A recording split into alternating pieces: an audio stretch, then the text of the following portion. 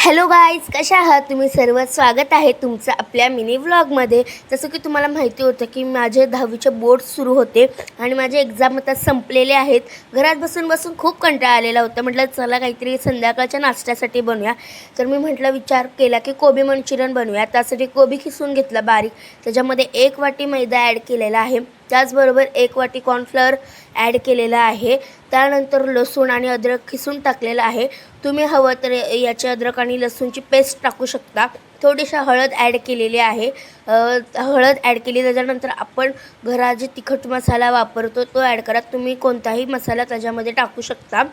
त्याच्यानंतर ह्याच्यामध्ये आपण ॲड करायचं आहे 1 चमच सोया सॉस. इथे माझ्याकडून जरासा जास्त पडलेला आहे.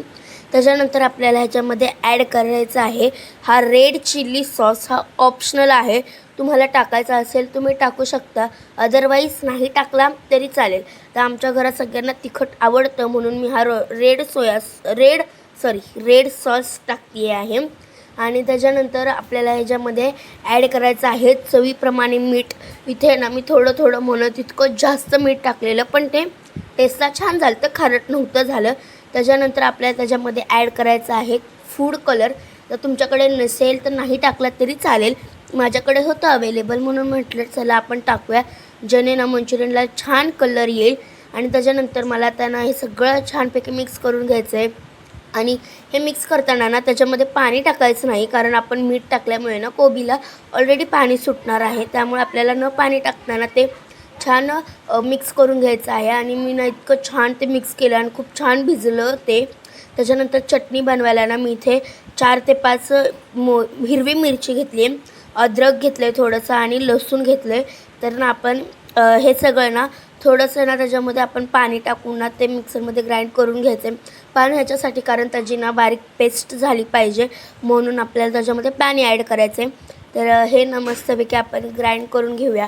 त्याच्यानंतर पातेलं ठेवलं, त्याच्यामध्ये ना थोडंसं तेल टाकलेलं आहे, तर तुम्ही तुमच्या अकॉर्डिंग तेल टाकू शकता.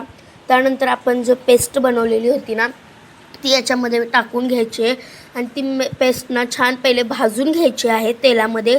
यावेळेस गॅस बारीक ठेवायचा आहे. त्याच्यानंतर त्याच्यामध्ये आपल्याला पाणी ॲड करायचं आहे. तर पाणी तुम्ही तुमच्यानुसार टाकू शकता, माझ्याकडून जरा जास्त पाणी झालेलं. त्याच्यानंतर ना त्याला छान मिक्स करून घ्यायचं आणि चवीप्रमाणे मीठ टाकायचं, कारण मी कोबीमध्ये जास्त मीठ टाकलेलं म्हणून ना मी इथं थोडंसंच मीठ टाकले. त्याच्यानंतर ना मी ते छान मिक्स केलं आणि त्याच्यामध्ये ना मी कॉर्नफ्लॉवरची स्लरी ॲड केली आहे. आणि हे ना जेवायच्या तेव्हा बनवायचे, नाहीतर तुमचं जे कॉर्नफ्लॉवर असतं ना ते खाली वाटीला चिटकून राहील. आणि त्यानंतर ना हे छानपैकी ना मी मिक्स करून घेतलं आणि त्याला ना छानपैकी उकळी येऊ द्यायची आहे आपल्याला. आणि उकळी आल्याच्यानंतर त्याच्यामध्ये फूड कलर टाकायचं आहे. इथे मात्र फूड कलर ऑप्शनल नाही आहे, इथे टाकावाच लागतो कारण चटणीला कलर आला पाहिजे. आणि इतका छान कलर आलेला होता ना, मला तर खूप जास्त आवडला. आणि चटणी इतकी छान झालेली होती ना, खरं सांगते टेस्ट खूप अमेझिंग झालेली.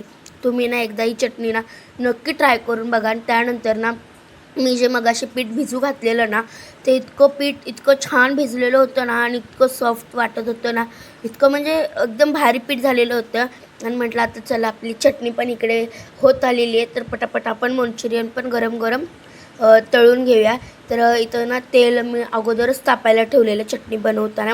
आणि त्यानंतर ना पटापट ना मी मंचुरियन बनवायला घेतले. आता आहे ना इथे तुम्ही आहे ना मंचुरियन गोल करून किंवा म्हणजे गोल करून पण तळू शकता, किंवा आपण भजे करतो ना तसं करायचं. मी ना आपण भजे बनवतो ना तसं केलं आहे, कारण ना तसं केलं ना मंचुरियन एकदम छान क्रिस्पी होतात म्हणून मी तसं केलेलं आहे. आणि ना इतकं छान हे मंचुरियन टेस्टला होते. पटापट ना मी सगळे मंचुरियन बनवून घेतले आणि इतके क्रिस्पी झालेले होते ना. त्याचबरोबर ना आपली चटणीसुद्धा एकदम छान तयार झाली होती. म्हटलं चला तुम्हाला टेस्ट करून सांगते कसं झालं आहे. एकदम गरम गरम मी खाल्लं आणि इतकं टेस्ट भारी होती ना याची.